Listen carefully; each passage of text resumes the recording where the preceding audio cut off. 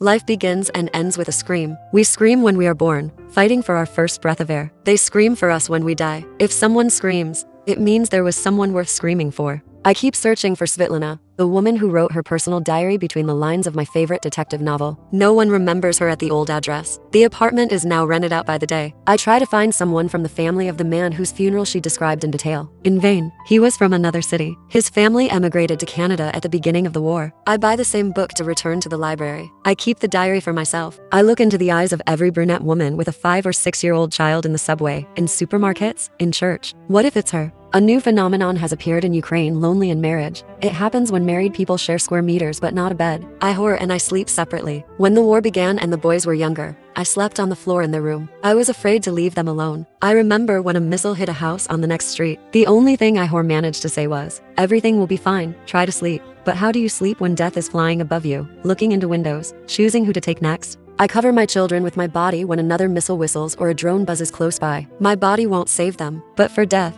it's a chance to take us together. In the morning, I read a soldier's post on social media. How can anyone love me? I'm a complete egoist, insanely jealous, with a difficult character. I've got more cockroaches in my head than a train station. I have trust issues and boundary problems. I was ready to scroll past until I saw 1,500 comments from women already willing to share a bed with him. These are just your flaws, one writes. When a person admits so many negative things about himself, you realize he's actually a good man. Girls, don't drown in illusions. When men tell you about their flaws, listen with your ears, not your heart. You don't enter a relationship to save someone. Love does not demand sacrifice. At the hospital, there are 3 weddings in a row. Women marry men with prosthetic limbs. But why don't I see men marrying women whom the war has left without arms or legs? I meet Nina. She pushes through the pain and stands on her prosthetics 2 months earlier than doctors predicted. She wants to impress him, her rehabilitation therapist, until his wife arrives at work and passionately kisses him on the lips. He admits he is lonely in marriage, therefore open to relationships. But she doesn't want to be a corner in a love triangle.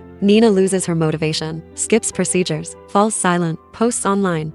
What's the point of living if nobody needs you? It's an SOS. Through Sasha, I get her number and ask for an interview. She used to be an outstanding combat medic. We talk about how many soldiers she carried out on her back. 127. She had feelings for one of them, but that's in the past. She confesses that right now she wants to walk into an open field and scream uncontrollably. Scream. I tell her, I'll scream with you. And we scream so loudly that the entire staff runs toward us. She feels relief. So do I. A date with Vadim tonight. She texts me a few days later. I saved his life in 2025. He's missing his left leg. I'm missing my right, a perfect match. And I quietly feel happy for her. We all want closeness. We're just afraid to open up first. We open up to therapists instead of to each other. We want to be loved, especially those who shout the loudest about how good they are on their own.